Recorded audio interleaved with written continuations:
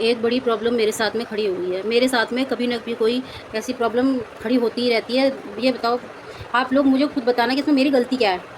मतलब कभी भी ये दुनिया इस तरीके की है कि तुम कितनी ईमानदारी से काम कर लो, किसी के लिए मन में कितना अच्छा रख लो, लेकिन तुम्हारे साथ में हमेशा ऐसा ही होता है। मेरे साथ में हमेशा ऐसे ही हुआ आज तक। मैं जिनके यहाँ जॉब करती हूँ, भैया बोलती मैं उन्हें, हालाँकि वो मेरे से बहुत बड़े हैं, 50 साल के हैं। उनकी एज 50 या 51 के आस-पास हो रही होगी। तो क्या हुआ, अब उनको एक बीमारी है उनको कि अगर वो एक बार ड्रिंक कर लेते हैं, बहुत टाइम से है, पता नहीं कब से, मैं मुझे तो उनके पास जॉब करते हुए 5 साल हुए हैं। तो वो ना एक बार ड्रिंक करने के बाद में ना कई दिन तक फिर ड्रिंक करते ही रहते हैं, बेहोश पड़े रहते हैं बिल्कुल। उनकी ये हालत हो जाती है और फिर उसके बाद में जो है उनको भेजना पड़ता है रिहैब सेंटर। और अब अकेले रहते हैं, उनकी वाइफ़ उनके साथ नहीं रहती, उनका एक बेटा है वो उनके साथ नहीं रहता। उनके आपसी झगड़े हैं, मुझे तो पता नहीं, क्योंकि भैया ने मेरे से आज तक कभी इस बारे में कोई ज़िक्र नहीं किया, कभी कुछ नहीं बताया। लेकिन जब मैं पहले इनके पास जॉब करनी स्टार्ट हुई थी, तो इनकी वाइफ़ को ये पता चल गया था कहीं से कि मैं इनके पास जॉब कर रही हूँ। तो वो आई, पहला ही दिन मुझसे आते ही बोली कि अच्छा, मैंने सोचा कि ले आए कोई हैं जो खाना बना के दे देगी और जो ध्यान रख लेगी। तो फिर मैंने कहा नहीं भाभी, ऐसे कैसे बोल रहे हो तुम? क्या नाम है, तो मैंने कहा मैं तो काम करती हूँ, और मैंने कहा मुझे तो वैसे भी पहले दिन से ही वो बहन बोलते हैं कि मेरी छोटी बहन है, मेरे मतलब मेरा कोई भाई नहीं है।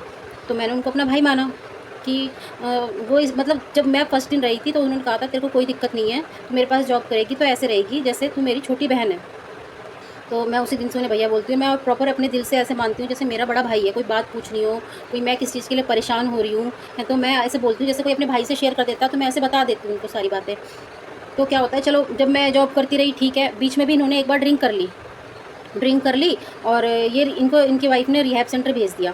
रिहैब सेंटर भेजने के बाद में पूरा काम पीछे से मैंने सँभाला, मैं सँभालती रही। हालाँकि उसमें मुझे सैलरी भी ढंग से नहीं मिली, फिर भी मैंने पूरा काम सँभाला। फिर उसके बाद में पता नहीं 2-3 साल बाद में क्या हुआ, भैया को किसी ने कुछ कह दिया या क्या बात हुई, इन्होंने मतलब मुझे कुछ कहा नहीं, मना भी नहीं करा था किसी चीज़ के लिए। भैया कहने लगे थे कि तुम, मैं ना कुछ टाइम के लिए काम बंद कर रहा हूँ। तो मैंने ठीक है, फिर मैंने उनके पास फ़ोन नहीं किया कभी भी। 2 साल हो गए, 2 साल बाद में मेरे पास ये खुद आए। खुद आके इन्होंने मेरे से कही कि काम सँभालना है तुझे और मेरे से अब नहीं सँभल रहा है, मैं नहीं कर पा रहा हूँ। ठीक है, कि मुझे बाहर का बहुत काम करना होता है, तो मैं नहीं सँभाल पा रहा हूँ, क्योंकि और भी किसी को रखा होगा इन्होंने पीछे से सब काम सँभालने के लिए, तो वो नहीं सँभाल पाया काम। तो इन्होंने सोचा कि मेरे से ही आके बोलते हैं, तो उस टाइम मैंने मना कर दिया इन्हें। मेरे हस्बैंड ने मना कर दिया था कि नहीं रहने दे, कोई ज़रूरत नहीं है, ऐसा थोड़ी होता है, जब मर्ज़ी अपनी मर्ज़ी से हटा दो और जब मर्ज़ी कह दो कि आ जा। तो मैंने मना कर दिया उस टाइम पे, मैंने कहा नहीं मैं नहीं करूँगी भैया, क्या नाम है, मना कर रहे मेरे हस्बैंड। तो फिर उसके बाद में ऐसे ही 1 साल और निकल गया। तो फिर मैं घर में रहती हूँ, मैं बोर होने लगी थी घर में, कहीं और मैंने काम किया नहीं था। अच्छा, मैं थोड़ा बहुत अपना घर में ना उसका बुटीक का काम कर रही थी, और बुटीक का काम मेरा इतना अच्छा खासा चल नहीं रहा था। तो उसके बाद में एक दिन मैं ऐसे ही काफ़ी परेशान थी, मेरे हस्बैंड से मेरी थोड़ी लड़ाई हो गई थी, लड़ाई के बहस हो गई थी। तो उसके बाद में तो मैंने इस अपने हस्बैंड से बोला कि मैं घर में हूँ, कुछ काम नहीं कर रही हूँ, तो इस वज़ह से शायद तुमको मैं अखरने लगी हूँ, मतलब ऐसे बोल देते हैं गुस्से में, तो मैंने भी बोल दिया।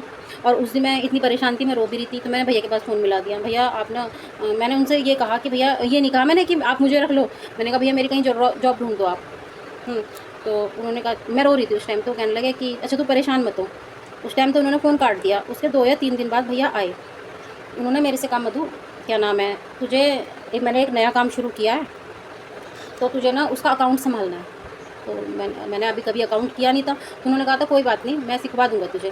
तो मैंने कहा ठीक है। फिर अगले दिन से उन्होंने वो काम घर से शुरू किया था, मतलब उन्होंने रेंट पे घर ले रखा है, वहाँ अपना ऑफ़िस बनाया, तो वहाँ से उन्होंने काम शुरू किया।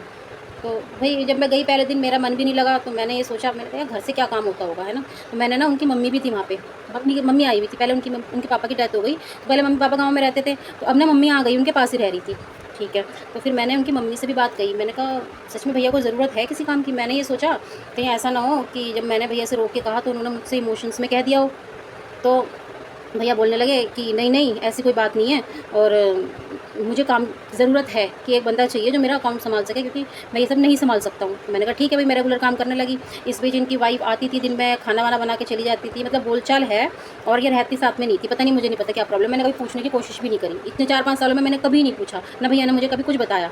कभी मतलब ऐसे बताया ही होगा तो अच्छा ही बताया होगा अपनी वाइफ़ के बारे में।